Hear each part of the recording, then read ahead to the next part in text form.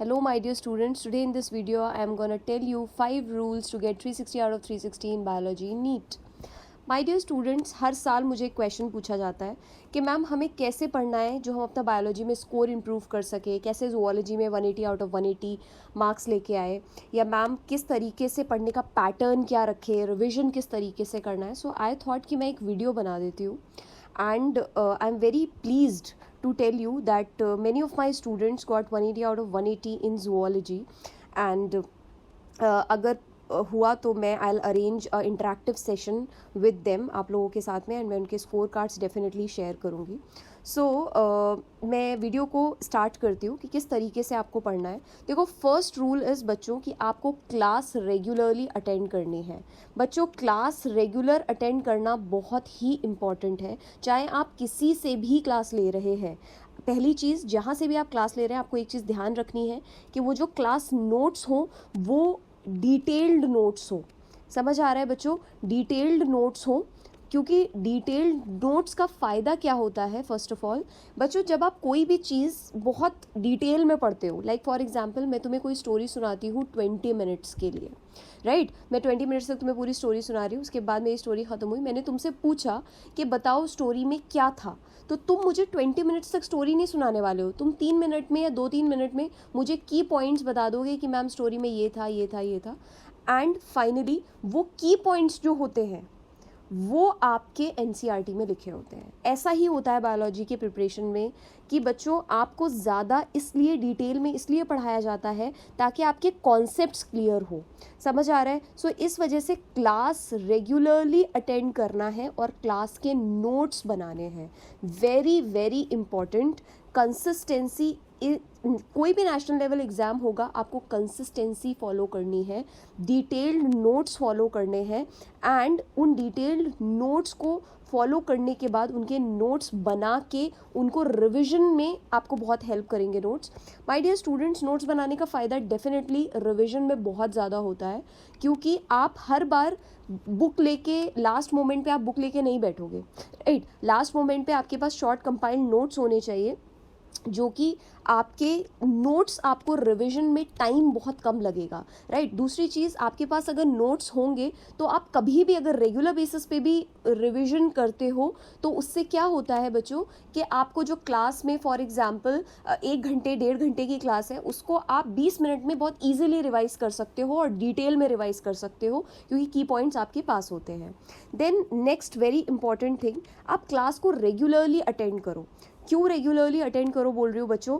क्योंकि क्लास आप चाहे जहाँ से भी अटेंड कर रहे हैं, आपका फैकल्टी चीज़ों को आपके लिए आसान बनाता है. जिस चीज़ को पढ़ने के लिए आपको 1 घंटा या 2 घंटा समझने में लगेगा, आपका फैकल्टी बहुत ईजिली उसको समझा देगा. Means your faculty will act as a catalyst in your studies. क्योंकि बच्चों, नीट का एग्ज़ाम ना आपका हार्ड वर्क के साथ साथ स्मार्ट वर्क का खेल है. क्योंकि अगर आप चीज़ों को टाइम बाउंड करके नहीं करोगे, एक टॉपिक को एक स्पेसिफिक टाइम ही देना है आपको, उसके बाद आगे बढ़ जाना है. सो उस टॉपिक को समझना भी बहुत आसानी से चाहिए, बहुत जल्दी आपको समझना चाहिए और बहुत अच्छे से समझना चाहिए. सो उसको आपको फैकल्टी की ज़रूरत पड़ेगी एंड उसके लिए आपको क्लासेस अटेंड करने पड़ेंगे. सो सिंपल सी चीज़ है बच्चों, all you have to do is first and foremost thing, आपको क्लास रेगुलरली अटेंड करनी है. Very very important. After that आपने क्लास अटेंड करी, उसके बाद आपने बच्चों क्या करना है, उस क्लास में जो भी आपको टॉपिक पढ़ाया गया है, व्हाटएवर जो भी टॉपिक पढ़ाया गया है, आपने उस टॉपिक को एनसीईआरटी से लाइन बाय लाइन रीड करना है. कैसे रीड करना है बच्चों? लाइन बाय लाइन रीड करना है. Why I am saying line by line? क्योंकि बच्चों एनसीईआरटी जो बुक है ना, उसमें बहुत सारी बहुत बड़े टॉपिक को बहुत कंपाइल करके की लाइन्स लिखी हुई है. तुम उस टॉपिक को बहुत डिटेल में जाके पढ़ोगे और फिर एनसीईआरटी को पढ़ोगे तो तुम्हें लगेगा एनसीईआरटी में सब लिखा हुआ है. सो आपको एनसीईआरटी को word by word, line by line पढ़ना है. बिकॉज बहुत सी बार क्या होता है कि नीट के पेपर में डायरेक्ट एनसीईआरटी की लाइन से क्वेश्चंस आ जाते हैं, डायरेक्ट डायग्राम्स आ जाते हैं, राइट. एनसीईआरटी को लाइन बाय लाइन रीड करना है, एनसीईआरटी के डायग्राम्स बहुत अच्छे से करने हैं, बिकॉज एनसीईआरटी के डायग्राम्स ही एनटीए जनरली पूछता है. उसके बाद सी फॉर एग्जाम्पल आपको आज क्लास में कोई एक टॉपिक पढ़ाया गया, आपने उस टॉपिक को क्लास में बहुत अच्छे से पढ़ा, घर पे आके रिवाइज किया, उसी टॉपिक को NCERT line by line read कर ली। After that next you have to do is उसी टॉपिक के प्रीवियस ईयर क्वेश्चन सॉल्व करने हैं। Previous year question why I am saying, क्योंकि बच्चों प्रीवियस ईयर क्वेश्चन से आपको पैटर्न पता चल जाता है किस तरीके के क्वेश्चन पूछता है एनटीए।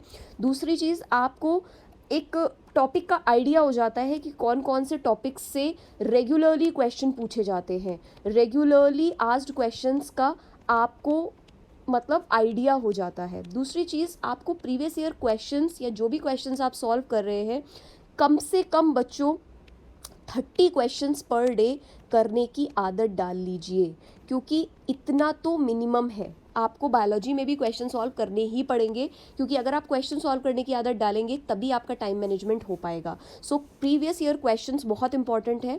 मैं इस चैनल पे continuously previous year questions upload करती रहूँगी शॉर्ट्स में। सो आप वहाँ से भी अपना फ्री टाइम में 2-3 क्वेश्चंस देख लिए। सो वैसा करते रहोगे तो बहुत आपको हेल्पफुल रहेगा। जितना टॉपिक मेरा कवर होता जाएगा मैं प्रीवियस ईयर क्वेश्चंस अपलोड करती जाऊँगी। अदरवाइज आप प्रीवियस ईयर क्वेश्चंस कहीं से भी करिए, बट करिए। नेक्स्ट आता है टेस्ट। टेस्ट देना बहुत इंपॉर्टेंट है बच्चों।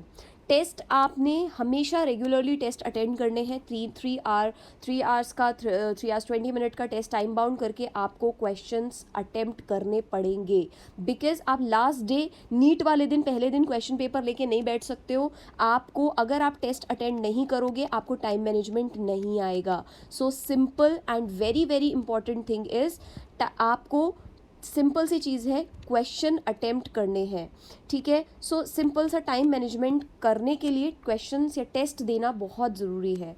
ओके, आफ्टर दैट आपने जो टेस्ट पेपर दिया, राइट, उसको एनालाइज, उसमें जो आपने मिस्टेक्स की हैं उनको मिस्टेक्स को एनालाइज करना बहुत ज़रूरी है बच्चों।